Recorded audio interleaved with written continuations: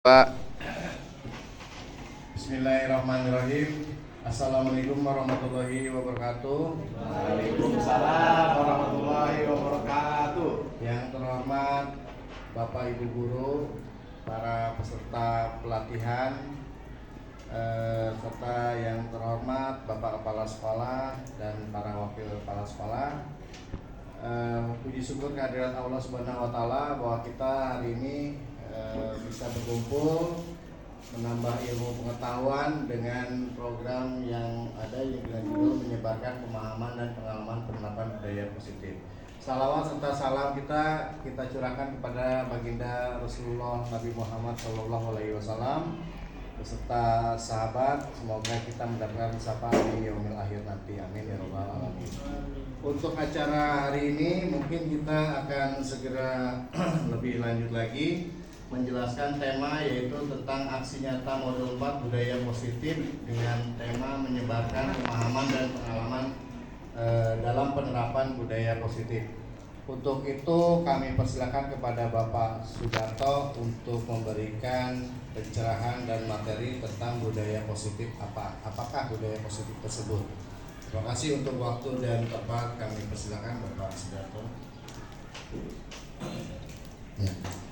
Terima kasih kepada Bapak Ibu semua, rekan-rekan guru di SMA Negeri 13 Kabupaten Tangerang, yang alhamdulillah pada kesempatan hari ini Bapak Ibu bisa hadir untuk menghadiri kegiatan, yaitu presentasi berkaitan dengan calon guru penggerak, ya, di mana saya sendiri Sudarto, guru SMA Negeri 13 Kabupaten Tangerang, salah satu calon guru penggerak yang berasal dari SMA Negeri 13 Kabupaten Tangerang, angkatan 8 Kabupaten Tangerang. Nah, pada kesempatan hari ini yaitu saya ingin menerangkan atau ingin mempresentasikan berkaitan dengan menyebarkan pemahaman dan pengalaman penerapan budaya positif. Di sini titik beratnya adalah berkaitan dengan budaya positif. Di mana dalam kegiatan ini, ya, dalam kegiatan sehari-hari kita selaku pengajar di SMA Negeri 13 Kabupaten Tangerang harus menerapkan berbagai kegiatan yang berkaitan dengan budaya-budaya atau yang berkaitan dengan proses pembelajaran di SMA Negeri 13 Kabupaten Tangerang ini menjadi proses pembelajaran yang lebih maju, ya, yang lebih maju, terus juga memiliki muatan-muatan yang positif. Nah, itu adalah salah satunya nanti akan berdampak kepada anak didik kita, yaitu siswa-siswi SMA Negeri 13 Kabupaten Tangerang. Nah, pada kesempatan hari ini berkaitan dengan budaya positif.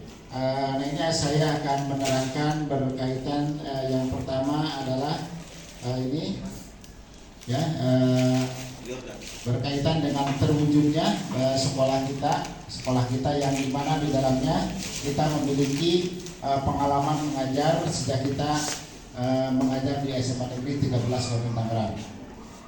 Yang mudah-mudahan segala sesuatu yang kita cita-citakan menyangkut anak didik kita, mereka bisa mencapai cita-citanya dan mereka bisa menggapai apa yang mereka harapkan sesuai dengan filosofis Ki Hajar Dewantara, ya, di mana guru itu adalah sebagai penuntun, sebagai bukan penentu arah, tapi sebagai penuntun, terus juga mendorong dan menginspirasi kepada seluruh anak didik yang berada atau yang sekarang kita sedang mendidik siswa-siswa kita, yaitu di SMA Negeri 13 Kabupaten Tangerang.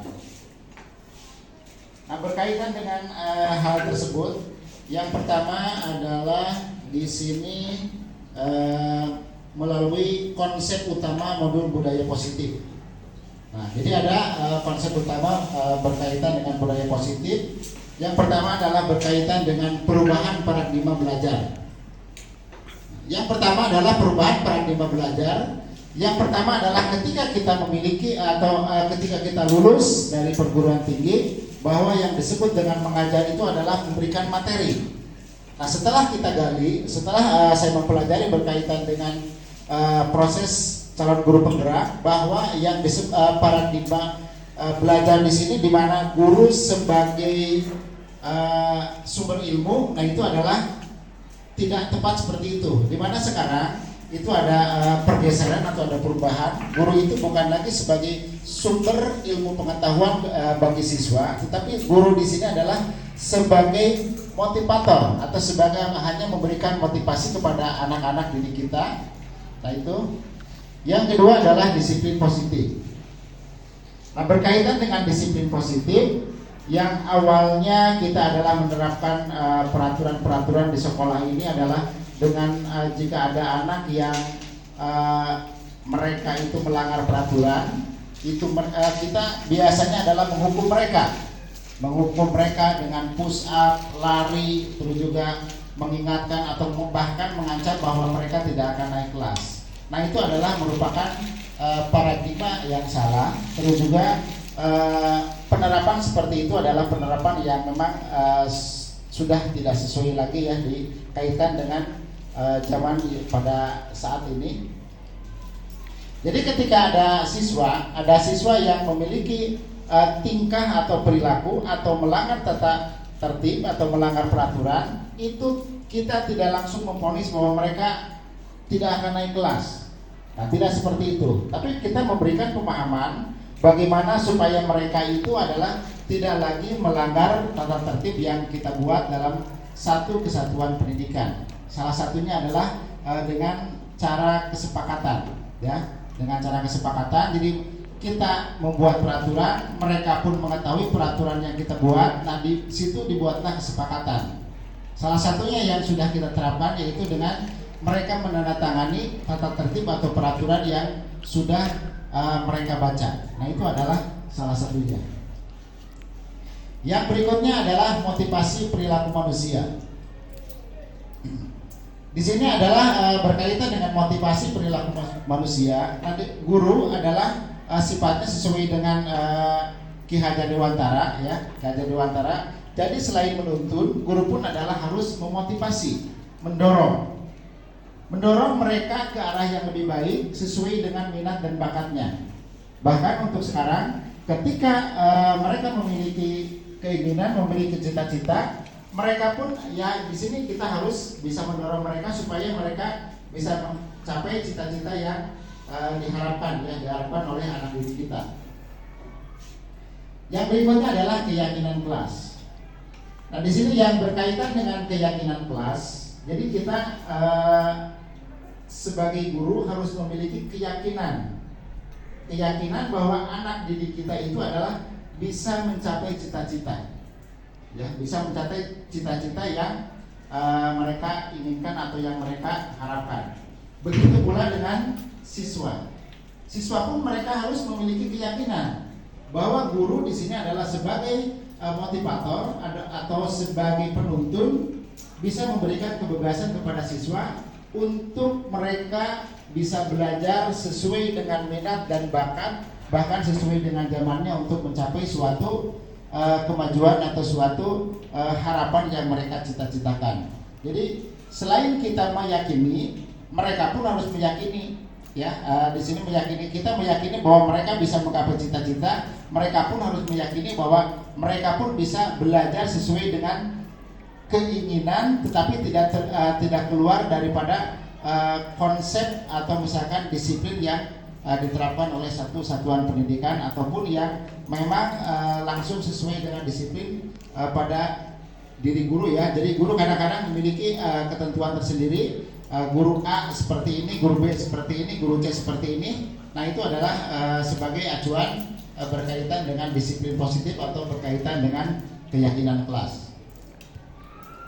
Yang berikutnya adalah kebutuhan dasar manusia. Nah, di sini nanti akan kita terangkan lagi kebutuhan dasar manusia. Terus juga ada 5 posisi kontrol, terus juga ada segitiga restitusi.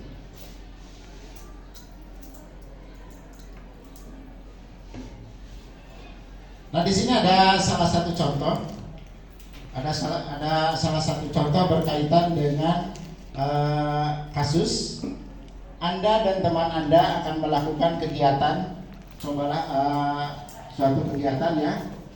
Anda adalah A, tugas Anda adalah mengepalkan salah satu tangan. Anda bayangkan bahwa Anda akan menyimpan sesuatu yang sangat berharga di dalam kepalan tangan Anda. Anda perlu menjaga benda tersebut sekuat tenaga karena begitu pentingnya untuk kehidupan Anda. Tugas rekan Anda B adalah mencoba dengan segala cara untuk membuka kepalan tangan Anda. Teman Anda B boleh membujuk, menghardik, mengintimidasi, memarahi, menggoda, menggelitik, bahkan menawari Anda uang agar Anda bersedia membuka kepalan tangan Anda. Ini adalah salah satu mungkin yang bisa kita lakukan sebagai contoh tadi daripada kegiatan disiplin positif atau kegiatan yang positif.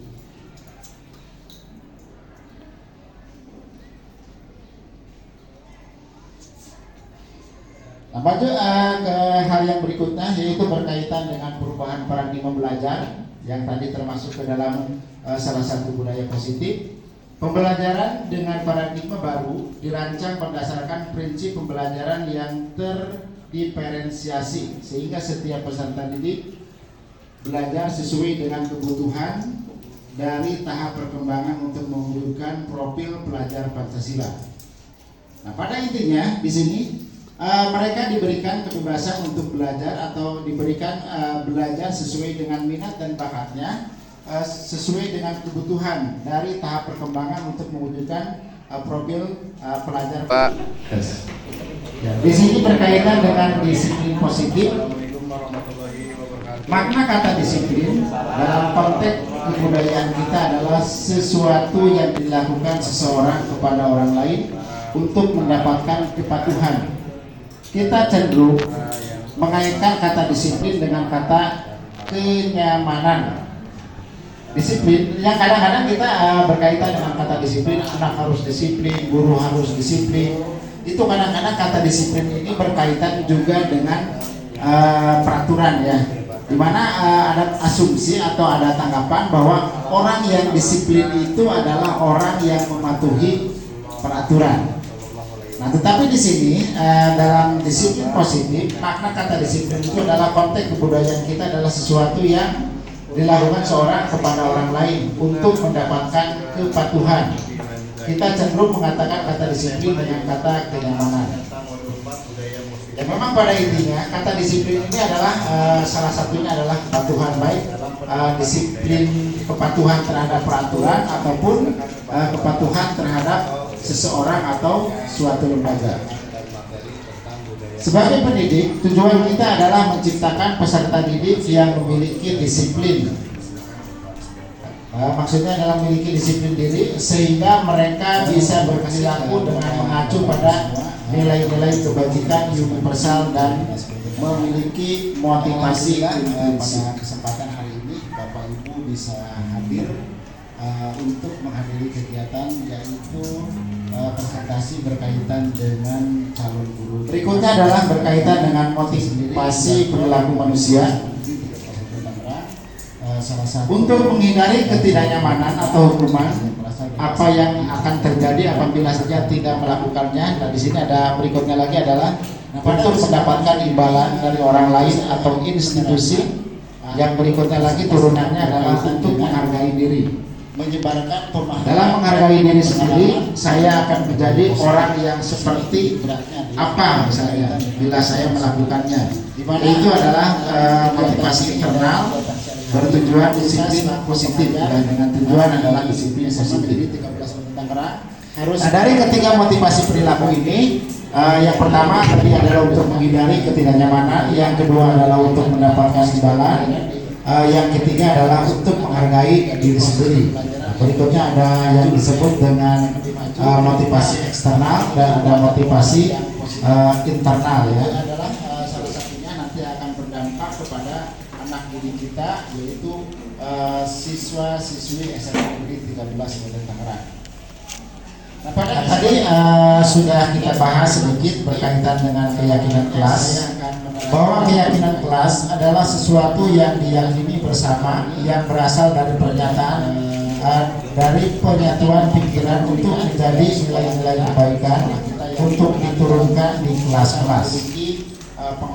Keyakinan kelas ini dibentuk berdasarkan keinginan adanya disiplin positif yang nantinya dimudahkan untuk membangun budaya positif di sekolah.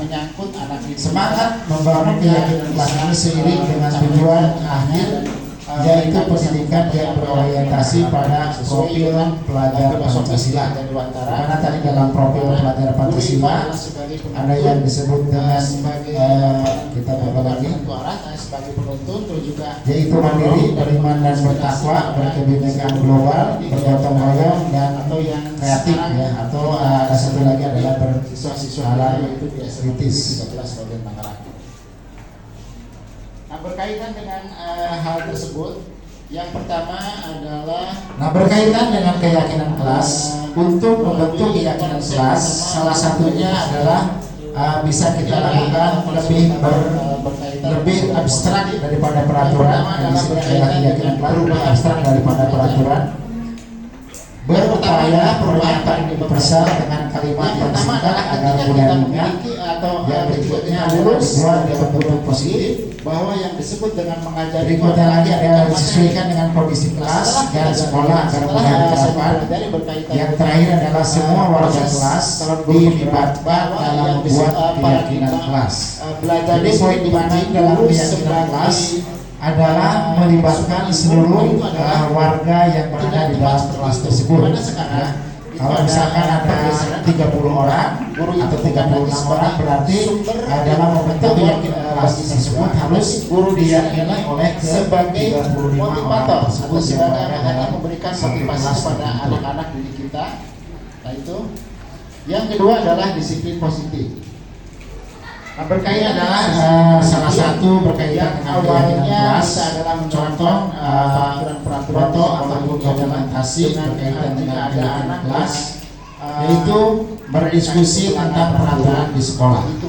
Kita biasanya diskusi tentang peraturan di sekolah, merumuskan peraturan menjadi keyakinan kelas. Yang berikutnya adalah menempel keyakinan kelas. Nah itu adalah merupakan berdiskusi tentang peraturan. Yang berikutnya adalah merumuskan seperti itu. Yang terakhir adalah menempel. Maksud menempel di sini adalah supaya orang lain bisa mengetahui keyakinan kelas apa saja yang sudah dibuat. Jadi ketika ada siswa yang memiliki tingkah atau perilaku atau melanggar tata tertib. Yang berikutnya yang akan diterangkan adalah berkaitan dengan 5 kebutuhan dasar manusia. Tidak akan naik kelas. Nah, tidak seperti itu. Tapi kita memberikan pemahaman dari kelima kebutuhan dasar manusia. Yang pertama adalah kebutuhan untuk bertahan hidup. Buat dalam satu kebutuhan untuk bertahan hidup dengan contoh yang termasuk ke dalam kebutuhan untuk bertahan hidup di sini adalah makan, kita minum, buat peraturan, mereka mungkin pendidikan masuk ke dalam hal yang pertama atau 5 kebutuhan dasar manusia. Yang kedua adalah cinta dan kasih sayang. Kita di sini sebagai makhluk sosial maka memerlukan cinta dan kasih sayang dari orang lain. Yang berikutnya adalah yang ketiga adalah kebebasan. Kebebasan di sini bisa diartikan sebagai kebebasan berpendapat, lalu juga kebebasan untuk melakukan sesuatu. Yang keempatnya adalah kesenangan di hati dewantara. Ya, jadi kesenangan. Jadi kita tidak hanya melakukan pekerjaan, tidak hanya memenuhi berkaitan dengan kebutuhan, tetapi kita pun di sini memerlukan kesenangan. Yang kelima, untuk menggapai segala sesuatu yang kita cita-citakan. Di sini yang kelima adalah kebutuhan dasar manusia adalah kekuasaan. Maksud kekuasaan di sini adalah mungkin atau adalah untuk bisa melakukan banyak hal, maka kita memerlukan kekuasaan yang bisa kita raih. Ketika kita berkuasa, maka banyak hal yang bisa kita lakukan. Maka kekuasaan di sini adalah sangat dibutuhkan. Keyakinan bahwa anak didik kita itu adalah bisa mencapai cita-cita. Bisa mencapai. Nah, salah satu adalah contoh kasus. Di sini ada contoh kasus. Aku bosan. Masa belajarnya cuma gitu-gitu saja. Dengerin ibu guru saja. Tahun ini Dimas genap berusia 17 tahun. Ia senang sekali ketika ayahnya mulai mengajarkan cara menyetir mobil. Setiap akhir pekan, ia berlatih menyetir. Ia terlihat senang sekali berlatih sampai akhirnya ia bisa menyetir mobil dengan baik dan lancar. Ketika ibunya bertanya pada Dimas, apa yang membuat dia bisa menyetir mobil? Ketika jawaban Dimas adalah seperti ini. Kebutuhan apa yang ingin dia penuhi? mereka pun Nah, di bisa sini ada beberapa opsi jawaban. tetapi tidak Aku keluar merasa dari, bangga dan keren konsep biar bisa jalan-jalan naik mobil sama teman-temanku. Aku senang bisa pergi ke tempat-tempat yang aku suka. langsung Menyetir mobil itu adalah seru. Nah, Bapak Ibu di sini bisa menjawab mana yang memang yang lebih tepat berkaitan dengan kasus daripada yang dialami oleh Dimas. Di mana Dimas di sini diajarkan untuk menyetir mobil. Apakah A, B, C, ataukah yang D? nanti akan kita terangkan lagi kebutuhan dasar manusia. Terus juga ada Yang A di sini aku merasa bangga dan keren biar bisa jalan-jalan naik mobil sama teman-temanku. Aku senang bisa pergi ke tempat-tempat yang aku suka. Menyetir mobil itu adalah seru. Di sini ada salah satu contoh. Aku merasa keren. Ada salah Aku merasa satu keren. contoh berkaitan. Di sini dari keempat jawaban memang semuanya itu adalah merupakan sifat daripada manusia. Jadi di sini memang tidak ada yang salah. Keempat-empatnya di sini memang bisa masuk atau bisa termasuk ke dalam bagian daripada kebutuhan ataupun bagian daripada sifat manusia. Aku merasa bangga pasti ada dalam setiap orang. Biar bisa jalan-jalan naik mobil sama teman-temanku. Ini pun sama, bisa ada pada diri setiap orang. Yang C, aku senang bisa pergi ke tempat-tempat yang aku suka. Ini pun sama. Semuanya berada dalam jiwa manusia. Dan D, menyetir mobil itu adalah seru. Hampir semua orang mengatakan, mungkin ada juga yang mengatakan ya seperti yang ini. Adalah salah satu mungkin yang bisa kita lakukan sebagai contoh tadi. Yang kelima adalah berkaitan dengan 5 posisi kontrol. Yang pertama adalah penghukum. Yang kedua pembuat rasa bersalah. Yang ketiga adalah teman. Yang keempat adalah pemantau. Yang kelima adalah manajer ya. Ini adalah 5 posisi kontrol. Maksud 5 posisi kontrol di sini kita bisa berposisi ke dalam 5 keadaan. Kita bisa sebagai penghukum, kita juga bisa sebagai pembuat rasa bersalah, kita juga bisa berbuat sebagai teman, kita juga bisa berbuat sebagai pemantau, dan kita pun bisa berbuat sebagai manajer. Nah, ini yang bisa kita lakukan terhadap siswa-siswa kita yang berada di dalam kelas, siswa-siswa kita yang berada dalam satu lingkungan satuan pendidikan. Pelajar Pancasila. Di mana di sini ada beberapa yang termasuk ke dalam profil pelajar Pancasila.